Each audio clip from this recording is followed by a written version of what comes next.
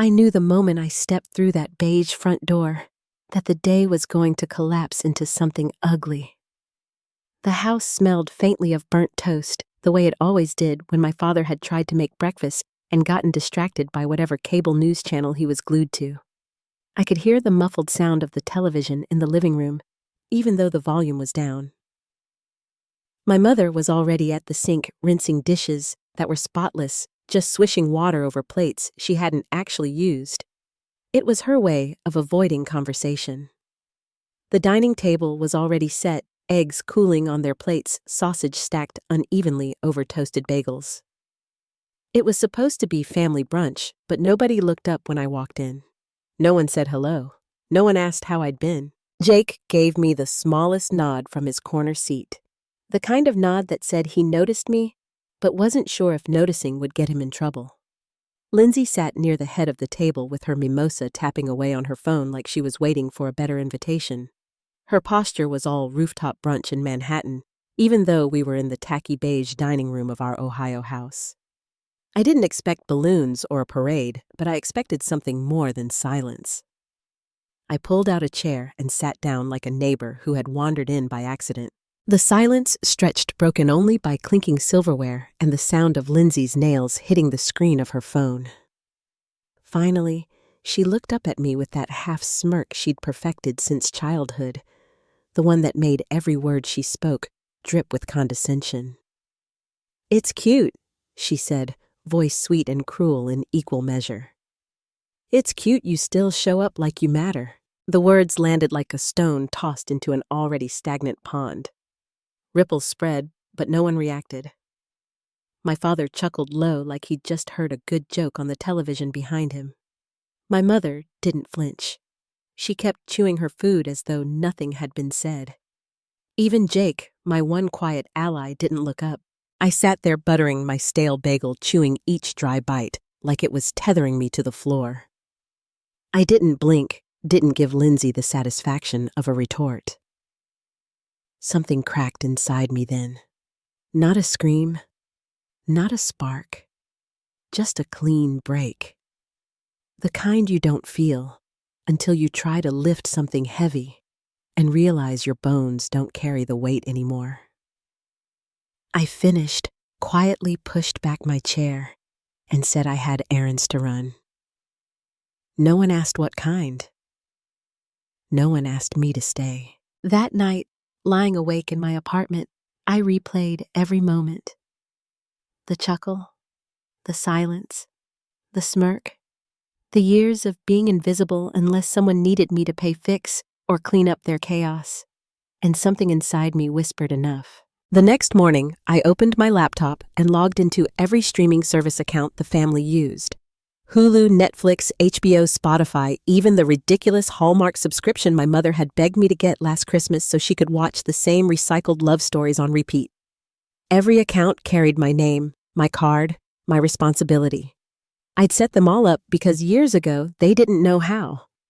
They never offered to pitch in, never once asked if I wanted to keep paying. Out of habit, I kept funding their entertainment. That morning, I stopped. I canceled them all one by one, watching the confirmation emails stack like dominoes. 3 days later, at 10 p.m., Jake texted me. "Why is everything disconnected?" Moments later, the family group chat lit up like fireworks. Lindsay complained the Wi-Fi must be broken. Mom asked if the TV was busted. Dad, in his usual cryptic style, just sent a thumbs-up emoji, maybe by accident, maybe on purpose.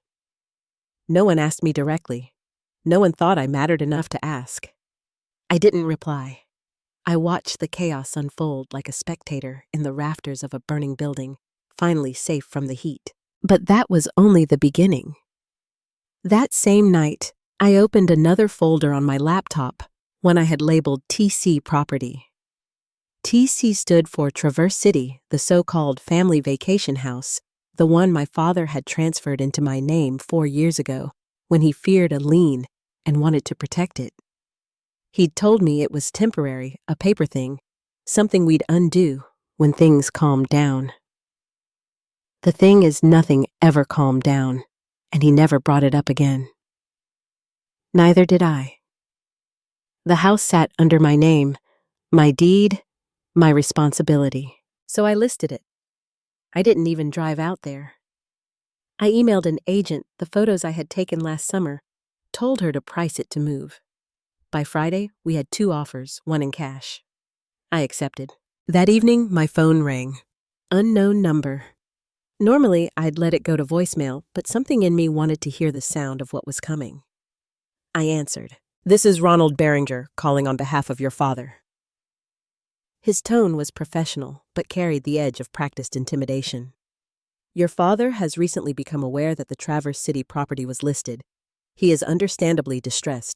He wanted to confirm if this was a mistake or if you had, in his words, acted unilaterally." I said nothing, letting the silence weigh heavy until he filled it again. "Your father believes the transfer was temporary. There was a mutual understanding that the property would be returned once his financial situation stabilized. He is requesting clarification." I finally spoke. "Check the county records." There was silence, then the sound of a nervous chuckle. "Do you have the transfer documents?" "I do." "Would you be willing to send them to us?" "You'll get them the same way you get everything else," I said. "Through proper legal channels." Then I hung up. The next day, I received a formal email from his firm demanding I halt the sale pending a review of ownership. I forwarded it to the title company along with scanned copies of the deed transfer and the notarized record from 4 years ago. I didn't respond to the lawyer directly. I didn't need to. By Wednesday, the sale closed. A buyer from Chicago wired cash, waived inspection. 6 figures hit my account like a secret bet I had finally placed and won. That night, the phone rang again. This time, it was my father. He didn't waste time on greetings. He screamed betrayal, blood theft. He said I'd stolen from my family, that I'd regret it, that he would sue me and wipe me out. I let him rant, waited until he was winded, and then calmly told him I had every receipt, every document, every signature. That if he wanted to take me to court, I'd be waiting, but I wouldn't be paying for his lawyer this time. He hung up so hard I heard the plastic crack. By the weekend, my car was egged. Yolks dried into the vents, stinking up the interior for days. Then came the shredded paper mailbox, jammed so tight I had to claw it out by hand.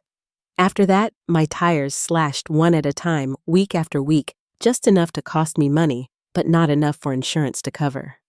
I replaced them, kept the receipts, and filed them in a folder I labeled petty.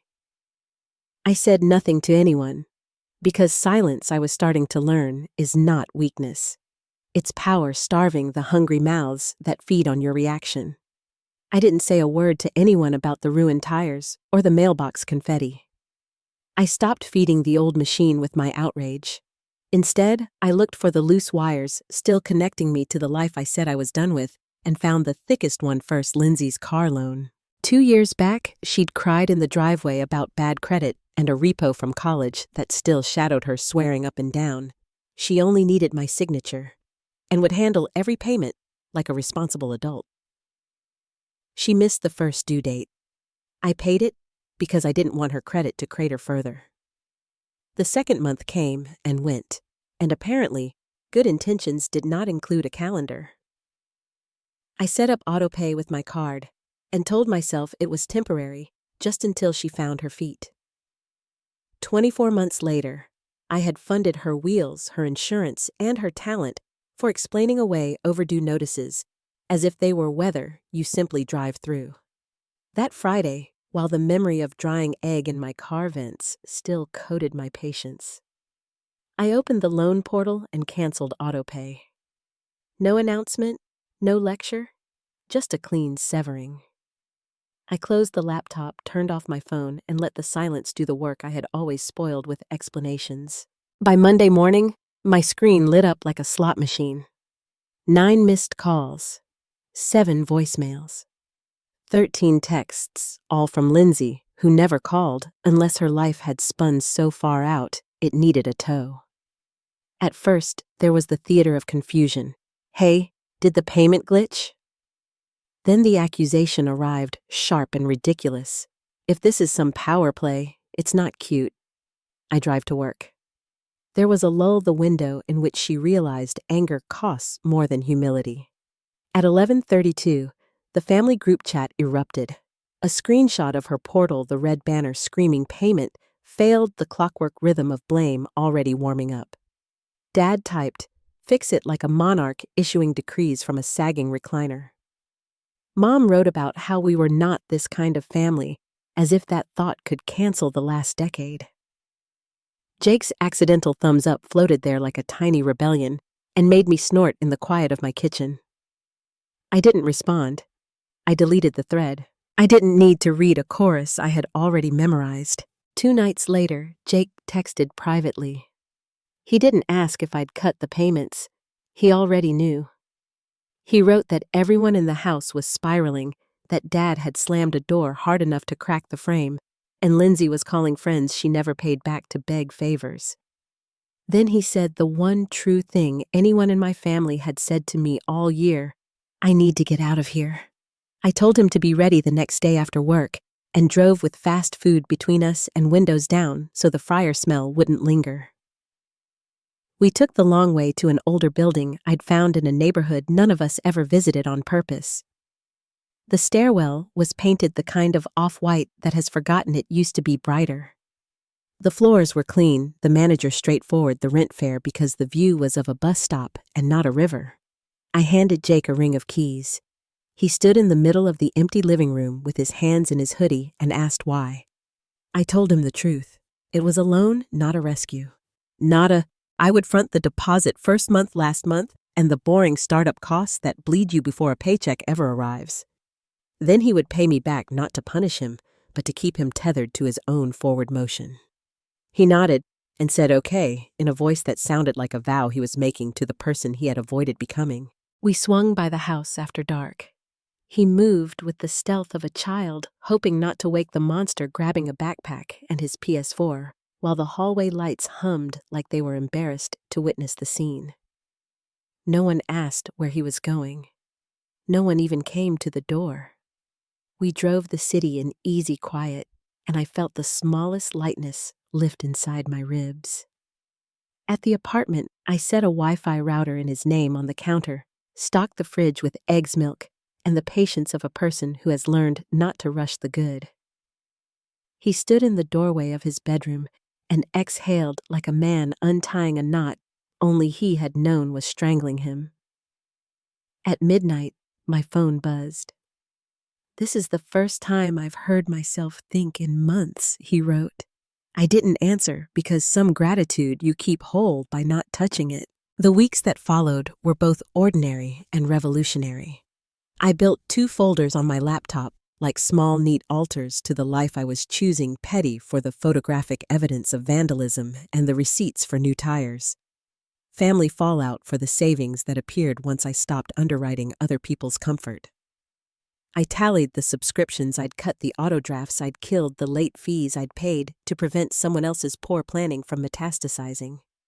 11,000 and change real money turned phantom, because I had believed in a version of family where love and financing were synonyms.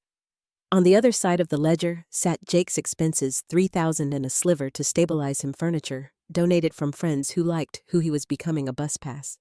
A prepaid phone once his old line went dark. He texted me his first repayment, $100, with a screenshot and a note that simply said for rent, and I screenshotted it back like a witness who refuses to embellish. The old house curdled in my periphery.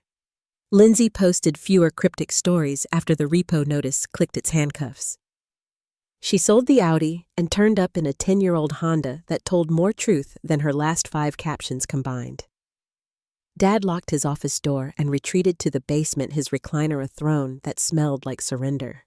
Mom rearranged the kitchen drawers. She always reorganized the small things when the big ones refused to move.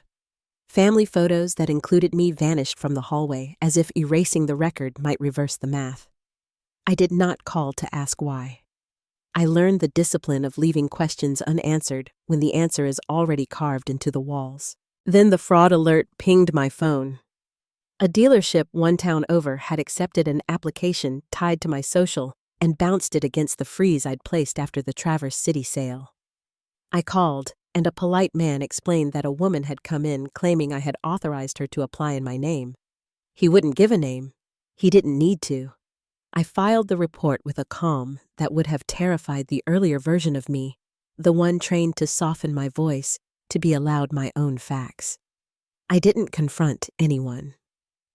I tightened the perimeter of my life in quiet ways that did not advertise themselves: a new password here, a lock there, a habit of photographing my car each night, just because it made me feel like I had a record that wasn't only in my head. In the middle of all that dull heroism, there were small human mercies. Uncle Brad, who had the loyalty of a flag in a soft wind, cornered me in the egg aisle at Safeway and said he didn't buy the house-stealing story. He told me the extended family was staying out of the drama, that some of them were quietly rooting for me like a team they didn't want to be seen cheering. It annoyed me and lifted me at once. Later, my cousin Allie grabbed me for a coffee and said she didn't know details, but she'd always noticed that when something went wrong, people looked to me before they looked to themselves. I didn't disagree. I just stirred the sugar and thought about how sentences like hers used to feel like validation, and now felt like a gentle eulogy for a role I wasn't going to audition for anymore. Jake kept moving forward as if forward had a flavor he'd missed. He sent his payments like clockwork, small at first, larger when he could manage it. He secured an extra shift at the hardware store and wrote that he'd like to enroll in HVAC night classes because he wanted a trade that paid in predictability instead of apologies. I told him the terms again to make them real for both of us. If he stayed consistent with rent, I would loan him tuition, every dollar noted. Not because I needed repayment to love him, but because we both needed to know that love could exist without the ruin of rescue. At home, nobody called. The calm was not silence, but the absence of a siren. I cleaned my tiny kitchen and cooked simple meals I ate without my pulse racing. I went to the library's free finance night on Tuesdays and sat in the back learning to respect the line items that used to make me ache. Joy, it turns out, is mostly maintenance. It's membranes and filters and setting things to auto-transfer into an account with my name that stays full because I no longer treat my generosity like a leak I can't find. Occasionally, when the house rose like a ghost at the end of a long day, I pictured the beige dining room and that stale half-bagel keeping me rooted in a chair. Then I pictured Jake's empty living room full of light and his slow smile when the router connected in his name. The body understands new truths in images like that. The body lets go. One afternoon, a hand-delivered letter appeared in my mailbox, unstamped, penned in my mother's careful cursive. She wrote that she missed how things used to be, that Dad was very upset that Lindsay had been dealing with a lot. Then the sentence she must have been building toward, "Please, don't hurt the family anymore." I burned it in a shallow dish on my balcony and felt nothing cruel beating in my chest, only the faint relief of watching paper become ash when flame tells the truth faster than a conversation ever will. I blew the char into the evening and watched it drift like something I no longer wanted to name. There were still petty surprises. A cut tire months after the last. A trash bag ripped across my stoop like a message from a child who'd memorized adult meanness. I photographed, filed, and went on with my day. The more they tried to jolt me back into the old choreography, the more I noticed what the new rhythm gave me: mornings where my first thought wasn't dread, afternoons when a sudden call didn't seduce my bloodstream into crisis nights where I could read quietly and feel the nervous system take a chair. I was not becoming cold. I was finally warm on my own. Jake's voice cracked through the receiver late one night, carried on a borrowed phone because his had been cut off from the family plan. He laughed at the irony, told me not to worry, that he'd get a prepaid and figure it out. I believed him because he was finally someone who didn't look for rescue first. He told me Dad had tried to hack into his email, that an alert caught the attempt. He said Lindsay had been muttering about getting back at me, not through the courts. I sat with the words long after we hung up. It wasn't a threat worth reporting, but it was a warning carved into air, the desperation of people who don't know what to do without the person they relied on. I didn't let fear set the terms of my life anymore. I filed a report with the local police about the tire slashing, got a case number, and moved on. I changed nothing except the locks and my passwords. 3 months passed, and in that time, the quiet thickened into something almost holy.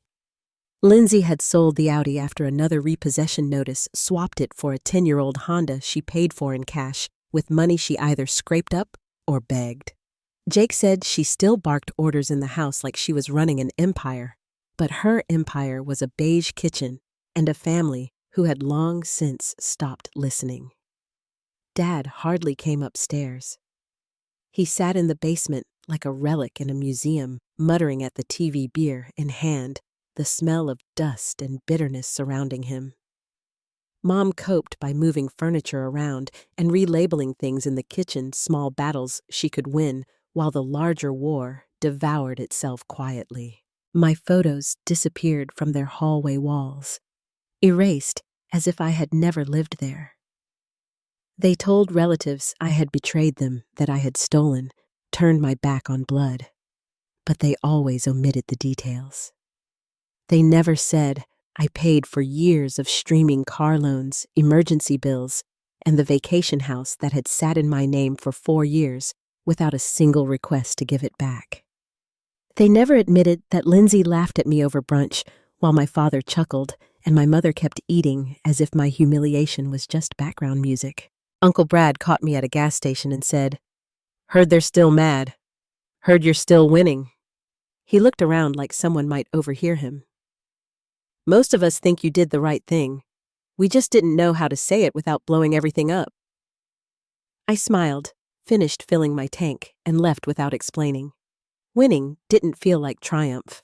It felt like sleep, uninterrupted meals, eaten without dread money that stayed in my account because I no longer bled for other people's comfort. Jake was thriving. He still sent his payments each month, sometimes 100, sometimes 2, always with a note that said, "Still trying."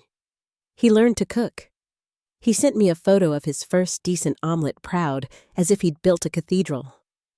He enrolled in HVAC's night classes and texted me his schedule. He wasn't asking me to carry him. He was showing me he was walking step by step on his own. And I told him, like I always did, that if he stayed consistent, I'd help with tuition as a loan every dollar tracked. "Nothing free," he said. "That's fair." Then came the letter.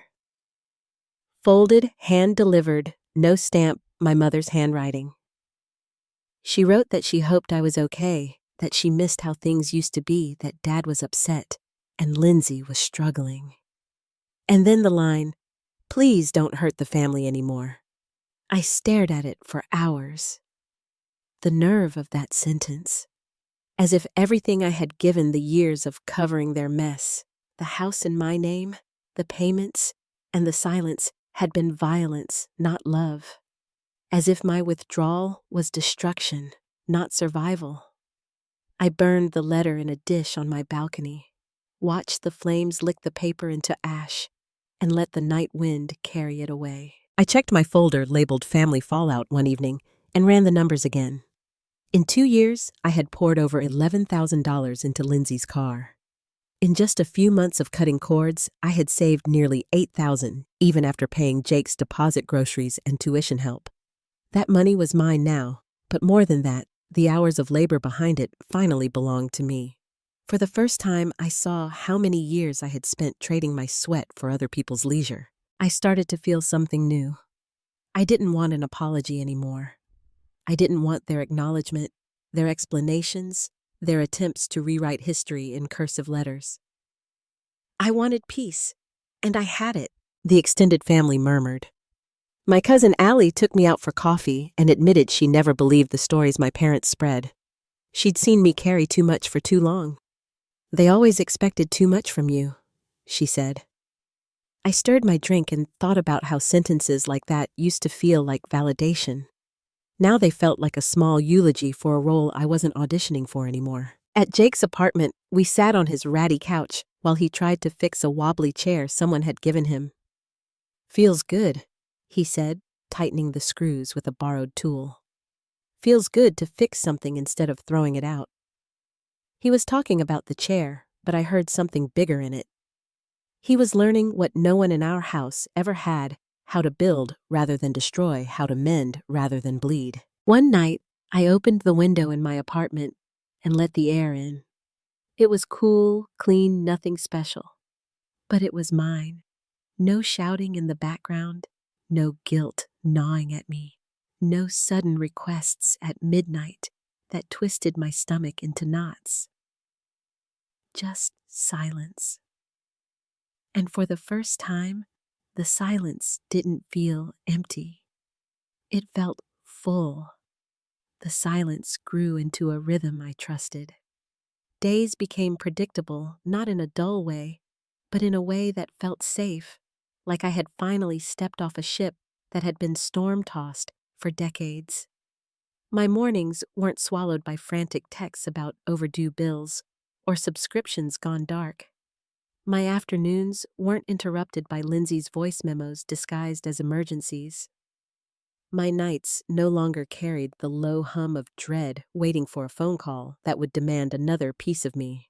Instead, I paid my own bills, cooked my own food, read books I'd meant to read for years, and let my bank account sit still instead of bleeding into theirs. Jake was steady. His payments came with notes that said, "Still trying," and sometimes that mattered more than the numbers themselves. He picked up extra shifts, upgraded his bus pass, and even started bringing groceries home instead of relying on takeout. One evening, he sent me a photo of his HVAC course catalog with the class circled in red. He was serious not just about paying me back, but about building a life that wasn't chained to the dysfunction we grew up in. I told him I'd loan him the tuition if he kept up with rent. He nodded, no excuses, no dramatics. Just determination. Meanwhile, the old house collapsed in slow motion. Lindsay strutted around in her used Honda as if it was a trophy, barking orders at people who no longer listened. Dad barely left the basement, sinking into his recliner and muttering at sports channels like they owed him loyalty. Mom kept rearranging the kitchen drawers, shifting spoons from one slot to another as if order in the small things could erase the disorder in her life. They erased my face from family photos, told anyone who would listen that I had stolen from them, betrayed blood, turned selfish. But relatives noticed the omissions.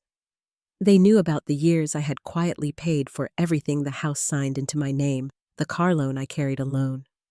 They noticed the missing details and started saying so in whispers. Uncle Brad told me at a gas station, "Most of us think you did the right thing. We just didn't know how to say it without blowing everything up." Their whispers no longer mattered as much.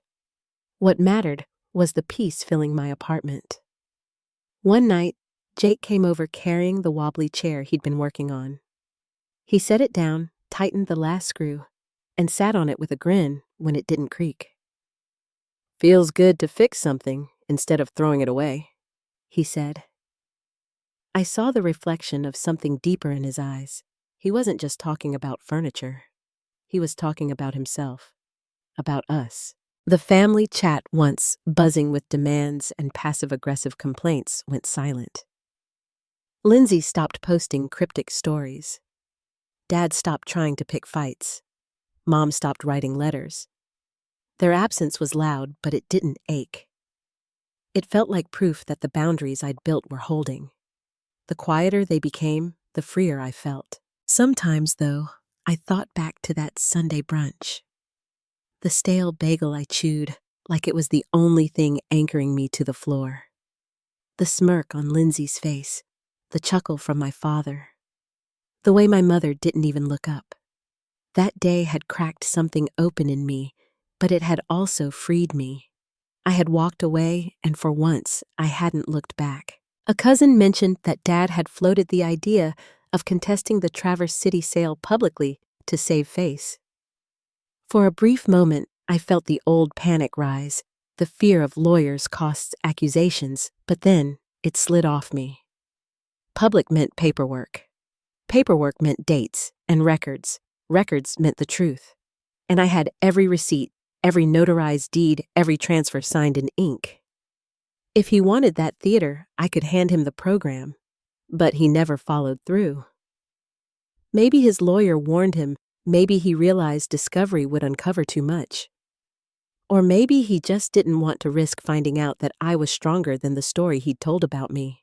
The distance between us widened into something irreversible. 3 months turned into 4, and nothing changed in their house except the furniture. Nothing changed in mine except the peace that grew roots. I didn't wait for their apology anymore. I didn't crave acknowledgement. I didn't need closure. I had distance proof and calm. Some nights, I thought about the girl I had been at that table quietly chewing a stale bagel while everyone around her laughed or ignored her. I wished I could hand her a glass of water and the password to her own accounts whisper to her that she didn't have to keep showing up to earn a place. That she could stop. That walking away wasn't failure, it was freedom. The lesson had been simple all along, though it took me years to see it. Family doesn't mean obligation without respect. Boundaries aren't betrayal, they're survival. They're love with a spine. Type, continue to receive the next part. You said, continue. ChatGPT said, the seasons turned, and with them, my life settled into something I had never known before: stability. Not wealth beyond measure, not victory paraded down a street with banners and cheers. Just the quiet kind of stability where the rent is paid on time, where the fridge holds more than takeout containers, where your phone buzzes only because someone actually wants to hear your voice, not because another demand is waiting to be dumped on your back. I woke in the mornings without dread. I went to sleep at night without my pulse racing. It was ordinary, and it was extraordinary. Jake thrived in that ordinary.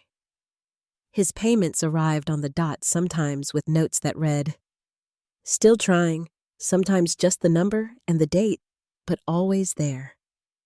He sent me photos of meals he'd cooked, omelets that looked more scrambled than elegant pasta, coated in too much sauce, a steak that could have been shoe leather.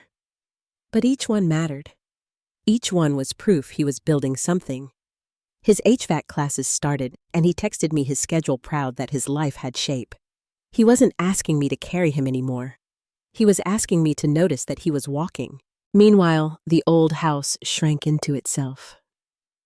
Lindsay stomped through the beige rooms like she still commanded an empire, but her empire was a Honda that rattled in the mornings, and a credit score still too weak to hold her weight. Dad lived almost entirely in the basement, his recliner molding to him like a coffin he refused to climb out of. Mom clung to order and teaspoons and drawer labels, moving spoons from one slot to another as if that could put the family back together. They never reached out. Not a call, not an email, not even an insult. Their silence wasn't forgiveness. It was resignation. Relatives noticed. Uncle Brad at the gas station, a cousin at a cafe, people murmuring that they knew I hadn't turned villain overnight, that they'd seen the years of expectation, the way everyone leaned on me. They said it in whispers, soft enough to keep them safe from my parents' wrath, but loud enough for me to hear.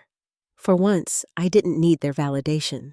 It was nice to hear, but it wasn't necessary, because I already knew the truth. One evening, Jake came over with the wobbly chair he'd been repairing.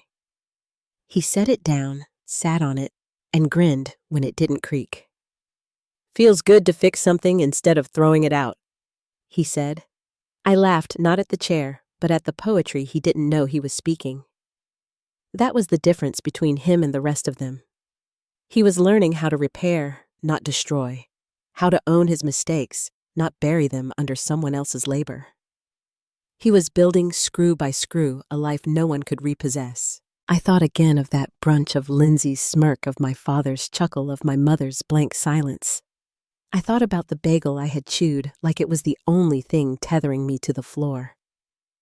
That day, I had cracked, and in the crack, the light got in. The woman who had left that table was not the same woman who now sat at her own kitchen counter, cooking her own meals, smiling at her own peace. Dad had once talked about contesting the Traverse City sale, about dragging me into court. But it never happened. Maybe his lawyer told him the discovery process would show more than he wanted revealed. Maybe he realized the records, the deeds, the notarized signatures, the transfers were ironclad. Maybe he just didn't have the fight in him anymore. Whatever the reason, his threats dissolved into silence, and silence became the final proof that I had won. But winning didn't look like revenge. It didn't look like slamming doors or shouting matches or lawsuits. It looked like Jake texting me his rent payment on time. It looked like an omelet cooked in a pan he bought with his own paycheck. It looked like my bank account staying whole. It looked like me opening my window at night and letting in air that smelled like nothing at all. I didn't want an apology anymore. I didn't want them to acknowledge the years I carried them. I didn't want their explanations or their guilt written in cursive letters on unstamped envelopes. I wanted distance, and I had it. I wanted proof, and it was in my folders, in my receipts, in the steady rhythm of money saved instead of spent. I wanted peace, and it was mine. The lesson was simple, though it had taken me a lifetime to learn. You don't need to keep showing up where you're invisible just to prove you matter. Family doesn't mean servitude. Boundaries are not cruelty. They are love with a backbone. And sometimes the most powerful thing you can do is stop speaking, stop paying, stop showing up, because the absence teaches a lesson your presence never could. Never. So when I think back to Lindsay's words, "It's cute, you still show up like you matter," I smile now, because she was right in her own way. I don't show up anymore, and that's exactly why I matter. Thank you for listening to my story. If it resonated with you, please like this video to support the channel, share it with someone who might need the reminder. Subscribe for more true stories of family boundaries and rebuilding, and comment with the hardest boundary you've ever had to hold.